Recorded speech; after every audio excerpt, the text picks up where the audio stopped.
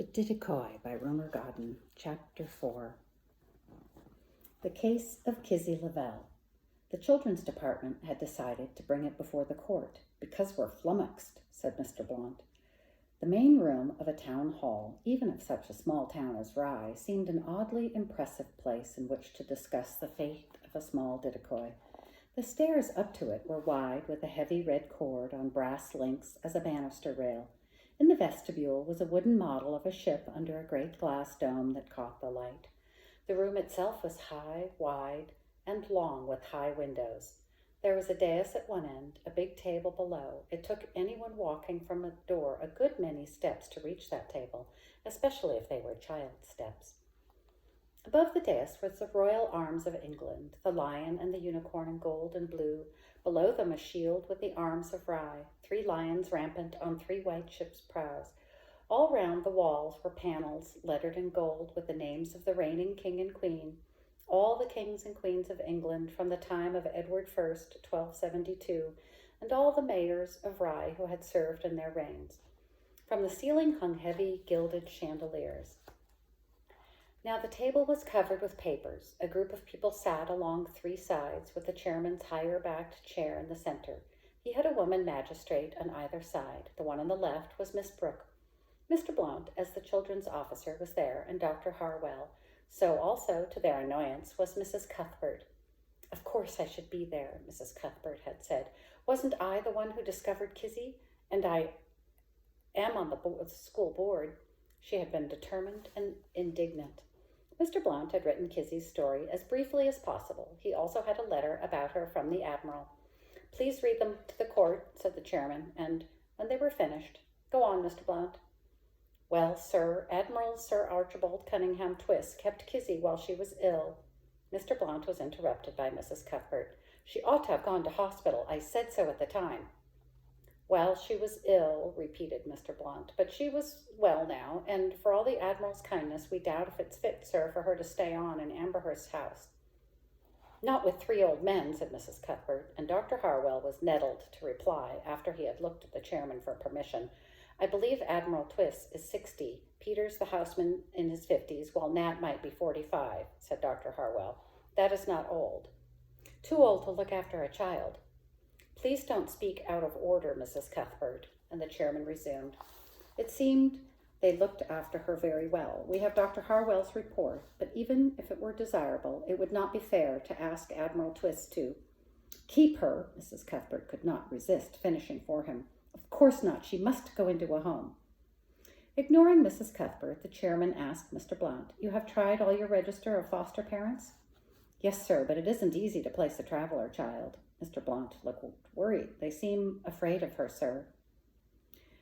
"Well, do you wonder?" Mrs. Cuthbert broke in again. "She's a little wildcat. There was trouble at school, and you should see the scratching she gave my Prue. She's dirty."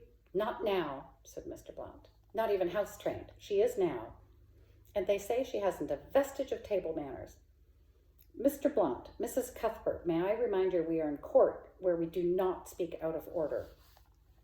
"I'm sorry, sir." Mr. Blount was ruffled, but Mrs. Cuthbert closed her bag with an angry snap as Miss Brooke, the chairman, turned to her. "I think you have something to say?" "Only that you can't expect to have table manners when you haven't a table. Some gypsy children eat with their fingers and wipe them on their hair afterwards." "Ugh," said Mrs. Cuthbert.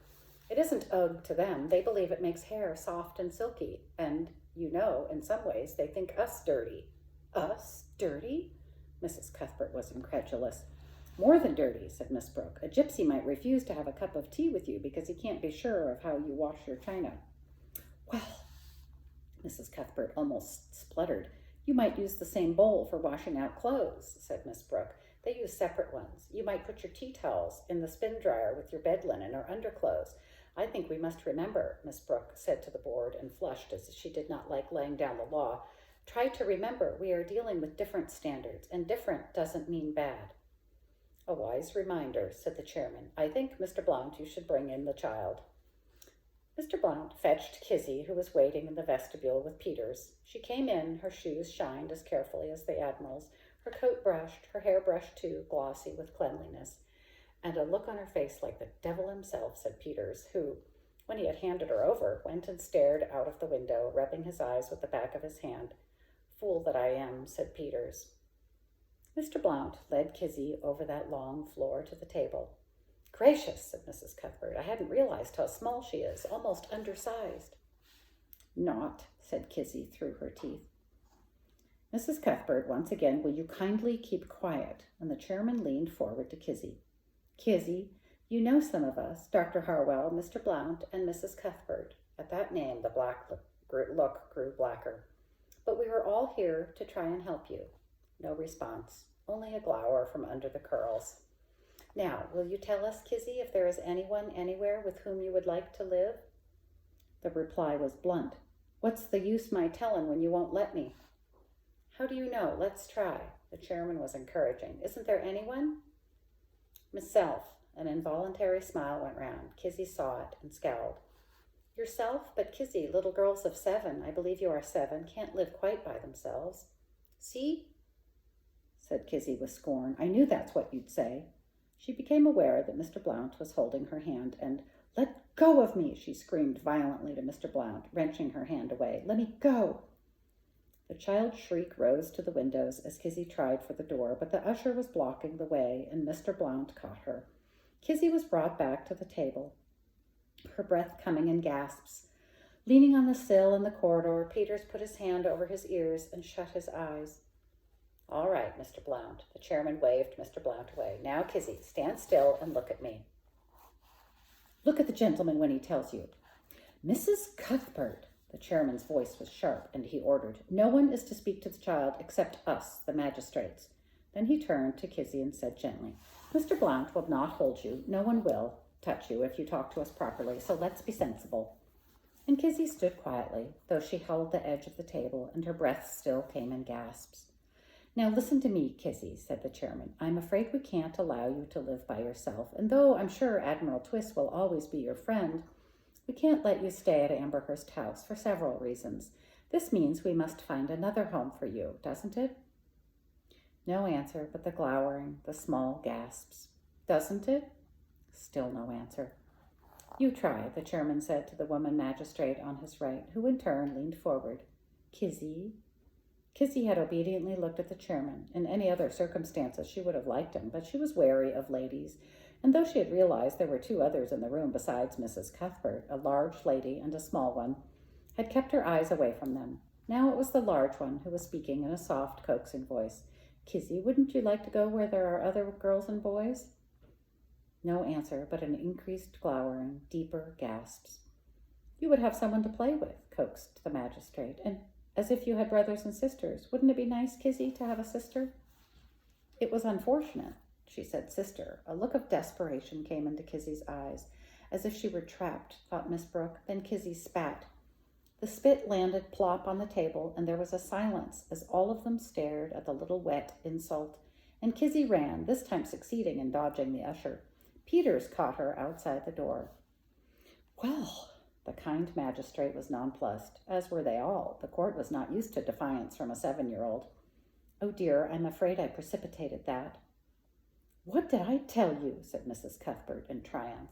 And when the usher had wiped up the blob of spittle, the chairman said, half laughingly, half sadly, "Gypsies undoubtedly should stay with gypsies." "They usually do," said Mr. Blount. "This is the first case concerning one of their children that has ever come my way." He paused. "As you see, it's difficult." "I like her spirit," said the chairman, "but—" "It's pitiful," said the magistrate. "Precisely." The chairman was brisk. Magistrates must not be emotional. "Now, to get back to business. The question is, what can we do with her? We could make a care order, Mr. Blount, handing her over to your authorities' care, in which case you would have to find somewhere for her to live. Any other suggestions?" "Yes, Dr. Harwell?" "There's always St. Agatha's." But Dr. Harwell says it hesitantly. "They would never refuse." There was a silence. "St. Agatha's is an excellent home," said the chairman, "but it is big. There have to be rules. What do you think, Mr. Blount?" "I believe she would have a hard time there." "So would the nuns," said Mrs. Cuthbert. "If we could find something more individual, sir." Mr. Blount cast what he hoped was a quelling look at Mrs. Cuthbert. "As you have seen, Kizzy doesn't take to the suggestion of other children. I expect she finds them strange, as they find her. She has made friends with the boy, Clem Oliver, but he's the only one.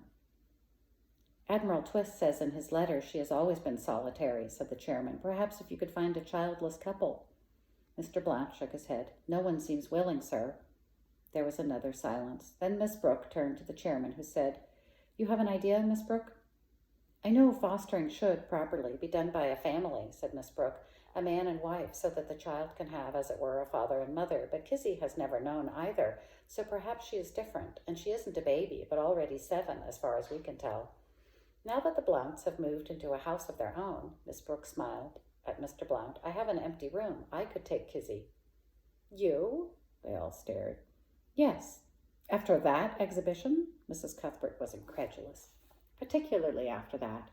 There was a flush on Miss Brooke's cheeks again. I've always been interested in gypsies and have, oddly enough, several times been drawn into having to do with them. I was a magistrate for a good many years in our home county of Berkshire. Mrs. Cuthbert sat up. We had 2 gypsy cases, children not going to school, when I was a barrister. You were a barrister, Miss Brooke? Yes, and Miss Brooke anticipated Mrs. Cuthbert by saying, I retired to look after my father. Once on circuit, I defended a gypsy family. I think I understand what it means to be homeless and a little of how to deal with driven people. One of my father's stable lads, too, was a gypsy. You kept stables, then? As Miss Brooke went back into her past, Mrs. Cuthbert grew more and more agog. You must have had a big house. We befriended him, Miss Brooke went on, as if Mrs. Cuthbert had not spoken. He taught me something about his people and gave me a little personal experience. With Kizzy, it might not be a success, but I could try, though I'm afraid my cottage will seem rather narrow to her. A cottage has far more space than a caravan, said the chairman. Yes, but her wagon was open. She lived outside. An Amberhurst house, where she has been since, is so spacious. However, my cottage is the last in the village, on the edge of the common. Kizzy might not feel shut in. And I'm not far away, Mrs. Cuthbert chimed in. I can help. I will only do it on condition that I am not helped. Miss Brooke's flush had deepened, but her words were firm. Except by Mr. Blount, of course. Yes, it will be difficult. I think we all realize now that for a time Kizzy will be unhappy, perhaps hostile. Hostile? How dare! Mrs. Cuthbert was breaking in again, but the chairman raised a peremptory hand. Madam, I will not have you interrupting. If you persist, I will order you to leave the court. Then, Miss Brooke, he said, you really are prepared to take this hostile child? What would we be in her place? Miss Brooke said it simply. Yes, I would be prepared to do it, prepared to try. Mr. Blount, the chairman turned to the officer, but Mrs. Cuthbert broke in again, though a subdued Mrs. Cuthbert. May I say something, sir? At least she asked, the chairman said to Miss Brooke afterwards, although she didn't wait for permission. Forgive me for being personal, Olivia, said Mrs. Cuthbert, but it is my duty to ask, especially, she said to the chairman, as Miss Brooke refuses help. Though she may have experience on committees, should a single woman take a child into her home? Thank you, Mrs. Cuthbert, but Miss Brooke isn't, if I may say so, the usual single woman, nor is this a usual child. In fact, so unusual that we should be grateful for any solution, let alone such a promising one. But may we hear, he said with another stern look at Mrs. Cuthbert, what Mr. Blount thinks? That it's an excellent idea, said Mr. Blount, and the court ruled that Kizzy would go to live with Miss Brooke and be supervised from time to time, said the chairman, by Mr. Blount. It was settled, began to be settled, Kizzy would have said.